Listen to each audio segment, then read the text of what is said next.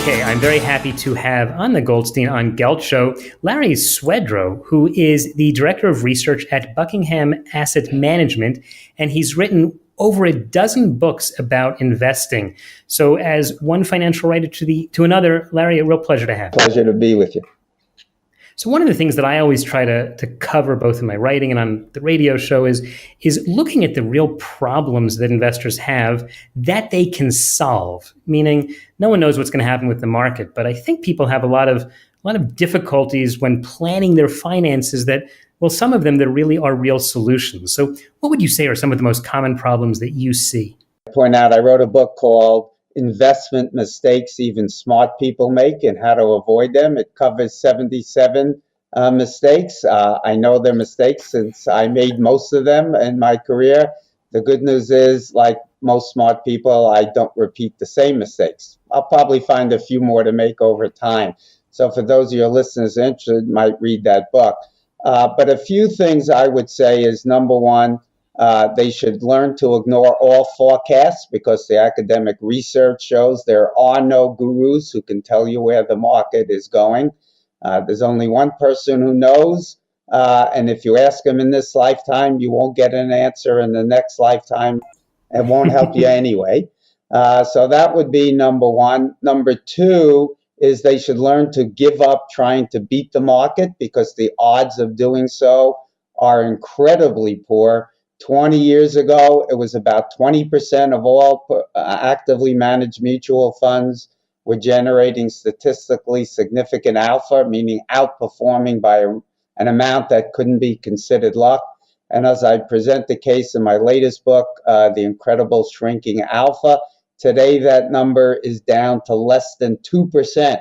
And that's even before the impact of taxes. So you have a less than 1 in 50 chance today.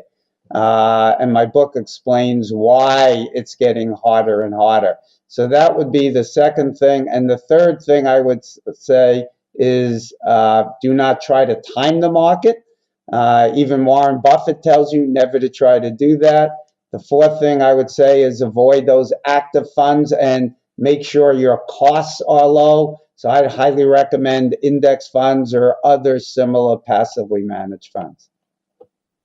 All right, so let's focus on one of those you just said. Maybe I hope we'll have a chance to talk about all of them. But one of them was don't time the market, which I think is very difficult for a lot of people because, as you know, when you look at something retrospectively, it seems so obvious.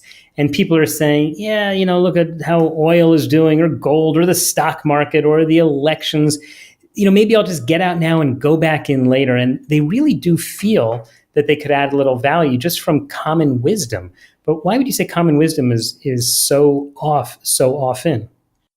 Again, I'd like to recommend to your listeners, I wrote a book, Think, Act, and Invest Like Warren Buffett, and it goes into a lot of the details that I'll touch on briefly. And Buffett himself has advised investors to never try to time the market because he knows there are no legends out there who are successful at it. And the greatest mutual fund manager of all time, Peter Lynch, was 100% invested all the time.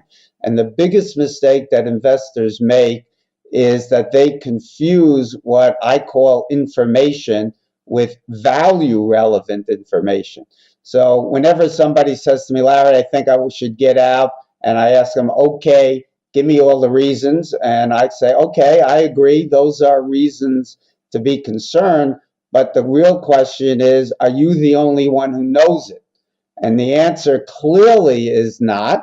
Whatever you may be concerned about, you could be sure that the smart investors at Goldman Sachs, Morgan Stanley, all the hedge funds are fully aware. And therefore, prices already must fully reflect the best insights that everybody has. If these investors who control 90% of the trading and they're setting prices thought the market would have to go lower because of those facts that you're convinced of, then the market would already be lower. That's one big problem. So unless you have information that nobody else has, which likely isn't true, then it's too late to act on it. And the second bit of information that the mistake that people make, which I also point out in the book, is they fail to engage in what is called stage two thinking. So in other words, stage one thinking is what most investors do. They look at the bad news and then they say, therefore the market must go down, and they panic and sell. What Warren Buffett does, he says, look, I don't know what will happen, but I do know if the news is bad, that government and central banks won't sit there on their hands and do nothing. They are likely, central banks, to cut interest rates. If that doesn't work, they'll cut them more. If that doesn't work, engage in a bond buying program. Governments will cut taxes, engage in stimuluses. And if you have faith in the capitalist system, which you must, or you shouldn't be invested in stocks, period, the world typically doesn't come to an end and markets recover. And it's Buffett's ability to do that stage two thinking while he doesn't know what the governments will do and whether it will eventually, well, it would immediately work. He has confidence that it will, and that allows him to avoid panic selling.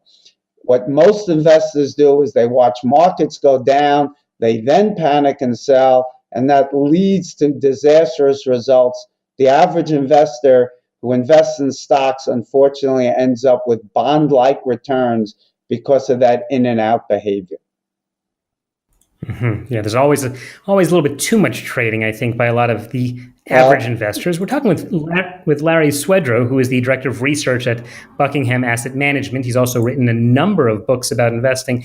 Larry, explain to me more. Why are you calling these stage one and stage two? That's the term that economist Thomas Sowell applied to it. So again, stage one thinking looks at the current situation and therefore makes decisions based on that. Stage two thinking says, okay, this is the current situation, but what is likely to happen? No one knows exactly what will happen, but we do know that governments and central banks do not sit there and do nothing, watching their economies collapse. So just think back to 2009 in March, when things looked darkest, and many people, including Nouriel Roubini, who came to be known as Dr. Doom, was predicting with the S&P at 666 was headed for another drop of 50%. Well, he turned out to be wrong, because all of the cumulative actions of governments eventually turned things around. And we had the greatest rally since the Great Depression. And I know many people who got out in 2009 and have never gotten back in. And that's the other problem with, once you sell and try to wait for the green light that will tell you it's safe to get back in, I can assure you there is never a green light. The markets never look like they're safe to invest again. And all you have to do is look back over the last 6 years when the markets have done quite well. And yet the news on the economies has certainly not been good at all. We've had the worst post-war recovery in history. No country's GNP is doing really well. And we've had the U.S. lose its AAA credit rating. We've had Greek defaults, all these bad news, Japanese earthquakes, all the Mideast crises, etc. And yet the markets have gone way up. So that's why Buffett advises people never to try to time the market.